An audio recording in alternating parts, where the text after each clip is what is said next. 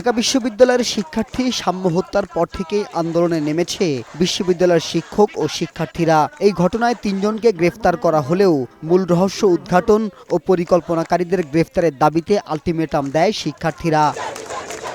রোববার টিএসসি রাজু ভাস্কর্যের সামনে বিক্ষোভ সমাবেশ করেছে সাম্যর শিক্ষক ও বন্ধুরা।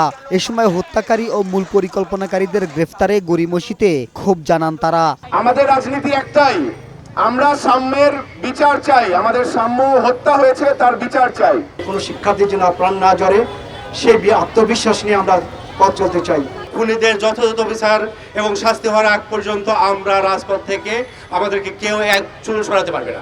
সমাবেশে ঘটনার সিসিটিভি ফুটেজ পর্যবেক্ষণ করে দ্রুত দোষীদের আইনের আওতায় আনার দাবি জানায় সাম্যের পরিবার। যে সমস্ত মোটরসাইকেল যোগে তারা এসেছিল তাদেরকে বের করা খুব সময়ের বিষয় বলে আমার কাছে মনে হয় না। প্রতিবাদ কর্মসূচিতে সংহতি জানান ঢাকা বিশ্ববিদ্যালয়ের উপাচার্য অধ্যাপক ডক্টর নিয়াজ আহমেদ খান। রাজনৈতিক দলাদলির ঊর্ধ্বে থেকে সুষ্ঠু বিচারের লক্ষ্যে সবাইকে ঐক্যবদ্ধ হওয়ার আহ্বান জানান তিনি। সবাইকে সাথে নিয়ে এই মর্মন্তুদ হত্যাকাণ্ডের বিচার দ্রুততম সময়ে করতে এবং এই ব্যাপারে আমাদের তরফ থেকে যা করণীয় আমরা করব। সমাবেশ শেষে মিছিল নিয়ে শাহবাগ থানা ঘেরাও করে শিক্ষার্থীরা। হত্যাকাণ্ডে জড়িতদের গ্রেফতারে বেঁধে দেয়া ৪৮ ঘন্টার সময় শেষ হওয়ায় এই কর্মসূচি পালন করে বিক্ষুব্ধরা।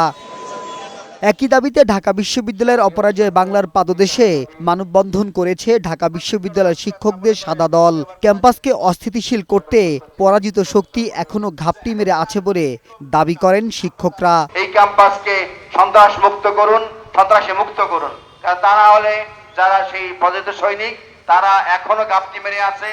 শুধু বিশ্ববিদ্যালয় পর্যায়ে নয়, রাষ্ট্রীয় পর্যায়ে এই বিষয়টিকে অত্যন্ত গুরুত্ব সহকারে তাদেরকে নিতে হবে। আমরা ৪৮ ঘন্টার আলটিমেটাম দিচ্ছি। সাম্য হত্যার যদি প্রকৃত খুনিকে বাইর করা না হয় আমরা আরো বৃহত্তর আন্দোলনে যাব। ঢাকা বিশ্ববিদ্যালয়ের শিক্ষার্থীদের নিরাপত্তার স্বার্থে বহিরাগত প্রবেশে কড়াকড়ি আরোপের উপর জোর দেন শিক্ষক নেতারা।